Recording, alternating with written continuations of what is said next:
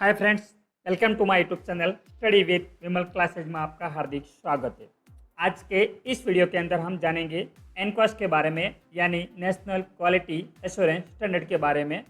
जो एनक्वास के द्वारा आपको चेकलिस्ट दी जाती है, उस चेकलिस्ट को कैसे पढ़ना है, उसमें ऐसे कौन कौन से पॉइंट्स होते हैं जिसको आपको समझना चाहिए, और उस चेकलिस्ट के आधार पे आपको स्कोर कैसे दिया जाता है, सभी चीज़ों के बारे में जानेंगे हम इस वीडियो के अंदर। एनक्वास की चेकलिस्ट में क्या क्या होता है, आपके एनक्वास में डिपार्टमेंट होते हैं, तो कौन कौन से डिपार्टमेंट में कौन कौन से आपके चेकलिस्ट है। फिर उसमें दिया जाता है कि एरिया ऑफ कंसर्न कितने हैं आपके, और फिर होता है उसके अंदर एलिमेंट्स कितने हैं, क्या क्या एलिमेंट्स हैं। फिर how to calculate score, score को कैसे कैलकुलेट किया जाता है, ये आपके चेकलिस्ट में होता है। और असेसमेंट मेथड, ये असेसमेंट मेथड आपके उस चेकलिस्ट में दिए जाते हैं। हर विभाग की जो चेकलिस्ट होती है वो सबकी अलग अलग रहती है, बट जब सभी का जो फॉर्मेट होता है वो सेम ही होता है। और चेकलिस्ट को समझने के बाद ही आप उस चेकलिस्ट के अकॉर्डिंग काम और डॉक्यूमेंट को कंप्लीट कर सकते हैं। नेक्स्ट हम देख लेते हैं कि जो चेकलिस्ट होती है वो लैब के लिए अलग होती है, ओपीडी के लिए अलग होती है, आईपीडी के लिए अलग होती है, फार्मेसी, लेबर रूम के लिए, सभी डिपार्टमेंट के लिए जो आपकी चेकलिस्ट होती है वो सभी अलग अलग होती है। अब उसमें क्या देखा जाता है कि जो एरिया ऑफ कंसर्न है, जो एरिया ऑफ कंसर्न है वो टोटल 8 होते हैं। अब एरिया ऑफ कंसर्न में टोटल 8 कौन कौन से होते हैं, जिसमें जो कोड दिया जाता है आपके स्टैंडर्ड के अलावा, जो कोड दिया जाता है जो ए नंबर में है, स्टैंडर्ड ए में होते हैं, वो एरिया ऑफ कंसर्न उसमें आता है सर्विस प्रोविजन, कि पेशेंट को आप जो सर्विस दे रहे हो वो कैसी सर्विस दे रहे हो। फिर जो कोड नंबर बी में जो आपके जो एरिया ऑफ कंसर्न आता है वो पेशेंट राइट्स आता है उसके अंदर। और एरिया सी में जो आता है वो इनपुट्स, एरिया 8 में आता है सपोर्ट सर्विस, एंड ई में आता है क्लिनिकल सर्विस। आपके वहाँ पे कौन कौन सी क्लिनिकल सर्विस है। एफ में आता है इन्फेक्शन कंट्रोल, आप इन्फेक्शन को कैसे कंट्रोल किया जाता है, एरिया ऑफ कंसर्न में आता है। और फिर है जी में क्वालिटी मैनेजमेंट, आप क्वालिटी को कैसे मैनेजमेंट कर रहे हैं वो आता है। और लास्ट में आता है आउटकम, जो भी आपके हॉस्पिटल के जितने भी डिपार्टमेंट है उस सभी का एक KPI होता है, आउटकम दिया जाता है। उसके अंदर बताया जाता है कि आपके उस डिपार्टमेंट के अंदर कितना कितना क्या क्या रिकॉर्ड मेंटेन किया जा रहा है, सब कुछ चीज़ों के बारे में आउटकम दिया जाता है। अब एनक्वास में पास होने के लिए आपको मिनिमम 70% से ज़्यादा होना जरूरी है, तभी आपके उस हॉस्पिटल को एनक्वास के द्वारा सर्टिफिकेशन दिया जाता है और सर्टिफाई किया जाता है कि ये हॉस्पिटल आपका एनक्वास के द्वारा सर्टिफाई है। अब हम देख लेते हैं कि जो एनक्वास की जो चेकलिस्ट है उसको कैसे पढ़ना है, उसका कैसा इंटरफेस होता है, सब कुछ जानते हैं इस वीडियो के अंदर। ये जो होती है एनक्वास की चेकलिस्ट होती है, सभी के डिपार्टमेंट की चेकलिस्ट होती है अलग होती है। ओपीडी के लिए ये चेकलिस्ट है, ओपीडी डिपार्टमेंट के लिए चेकलिस्ट है ओपीडी के लिए। और ये लेबर रूम के लिए अलग से डिपार्टमेंट की चेकलिस्ट है, ये लेबर रूम की है। और ये इंडोर आईपीडी डिपार्टमेंट की है, इंडोर जो पेशेंट होते हैं उनकी है। और ये है लेबोरेटरी डिपार्टमेंट की। और फिर ये NHP जो भी नेशनल हेल्थ प्रोग्राम जो भी होते हैं उसकी ये देन है। जनरल जो SOP जो एडमिनिस्ट्रेशन के लिए जो रहती है चेकलिस्ट, ये है उनके लिए। इसके अंदर हम जानेंगे कि लेबोरेटरी से शुरू करते हैं कि national quality assurance standard for PSC checklist किसके लिए, ये लेबोरेटरी के लिए चेकलिस्ट है। अब इसमें क्या है, पहला है रेफरेंस नंबर, फिर है मेजरमेंट, मेजरेबल एलिमेंट, देन है चेक पॉइंट, फिर है कंप्लायंस, फिर है असेसमेंट मेथड, फिर है मीन ऑफ वेरिफिकेशन, और ये है रिमार्क। अब इस रेफरेंस नंबर है उसमें अंदर आपको ये सब नंबर दिए जाते हैं कि कौन कौन से इसके रेफरेंस नंबर है, ये सारे नंबर यहाँ पर आपको दिए जाते हैं। अब मेजरमेंट एलिमेंट, अब मेजरमेंट एलिमेंट के अंदर अपने को क्या करना रहता है, मेजरमेंट एलिमेंट में अपने क्या करते हैं कि उस क्षेत्र के अंदर कौन कौन सी चीज़ें आती है, उस चीज़ों को चेक किया जाता है, वो सब कुछ मेजरमेंट एलिमेंट के अंदर आता है। अब चेक पॉइंट के अंदर क्या किया जाता है, जो भी आपको जिस एरिया के अंदर जो भी चीज़ें होनी चाहिए वो उस चीज़ों के अंदर है या अवेलेबल है या नहीं है, वो चेक पॉइंट के अंदर सारी चीज़ें चेक किया जाता है। और कंप्लायंस, अब कंप्लायंस के अंदर हम क्या देखते हैं कि जो भी आपकी चीज़ें चेक की गई है और उसी चीज़ों का वो जो लेवल है वो किस आधार पर है, उसका जो काम हो रहा है वो प्रॉपर 100% हो रहा है या नहीं हो रहा है, या 50% हो रहा है या 0% हो रहा है, उसके आधार पर आपको यहाँ पे नंबर दिए जाते हैं। कैसे कैसे क्या क्या आपको करना चाहिए, उसमें आपको 3 इसके स्टेज रहते हैं। एक तो होता है 0 नंबर आपको दिए जाते हैं, एक होता है 1 नंबर और एक होता है 2 नंबर। ये आपको आगे हम देखेंगे कि इसको कैसे स्कोर किया जाता है, वो हम देखेंगे। फिर होता है असेसमेंट मेथड के द्वारा।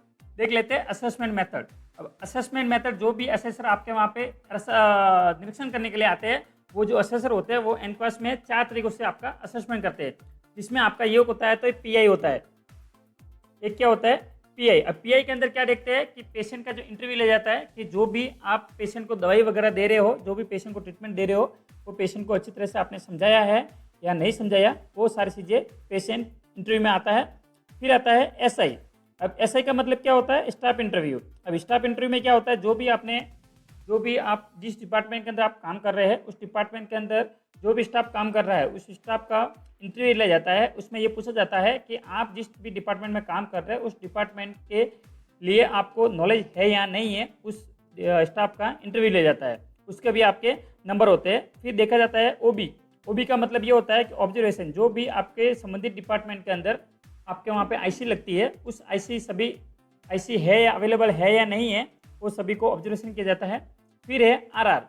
अब आरआर का मतलब होता है record review.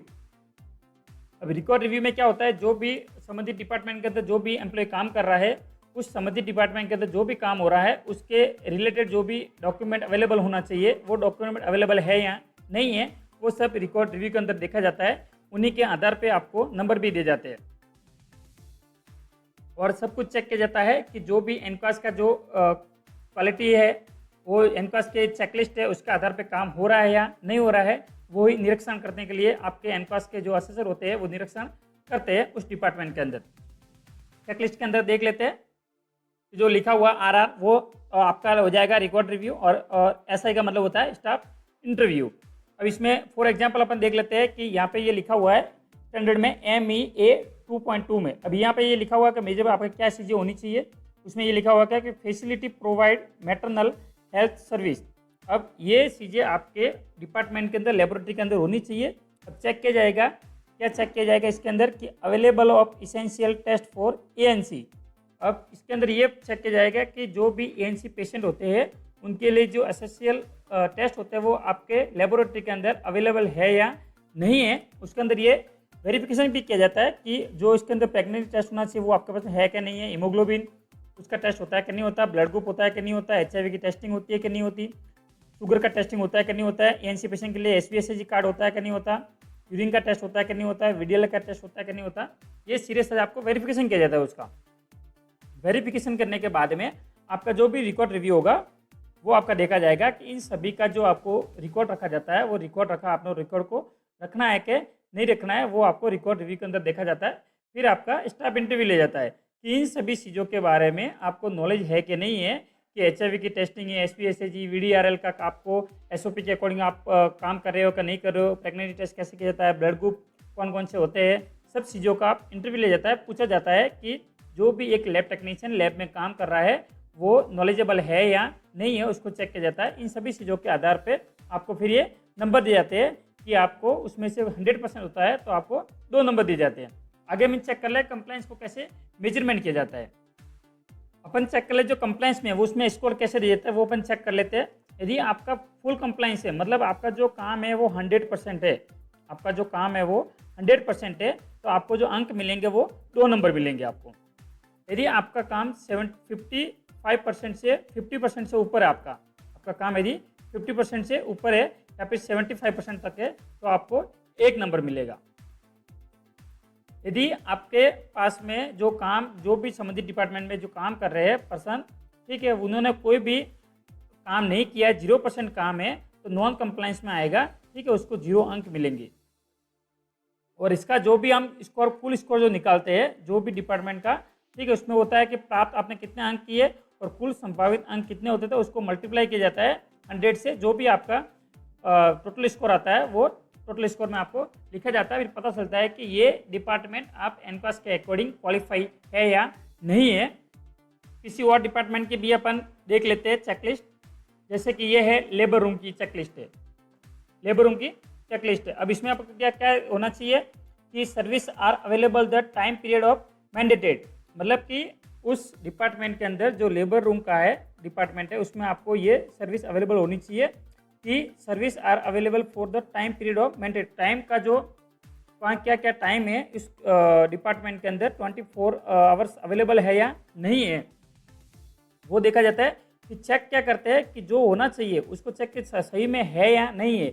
Labour room service are functional 24/7 hours available है या नहीं है, मतलब 24/7 आपके अवेलेबल है, वो आप यहाँ पे चेक किया जाता है कि उसको देखा जाता है कि उस डिपार्टमेंट के अंदर आपका जो रिकॉर्ड है, ठीक है, वो देखा जाता है, वो रिकॉर्ड उसका अवेलेबल है या नहीं है। फिर देखा जाता है स्टाफ का इंटरव्यू कि जिस डिपार्टमेंट के जो लेबर रूम का जो पर्सन है, जो भी ANM, जो भी स्टाफ नर्स है, वो वहाँ पे काम कर रहे हैं, उसका स्टाफ इंटरव्यू लिया जाता है कि उसके बारे में, उस डिपार्टमेंट के बारे में उनको पता है या नहीं है। ये सारी चीज़ें उसके अंदर चेक जाए। इसी तरह सभी डिपार्टमेंट की जो चेकलिस्ट है वो सेम ही है, सभी के अंदर रेफरेंस नंबर लिखे हुए रहेंगे।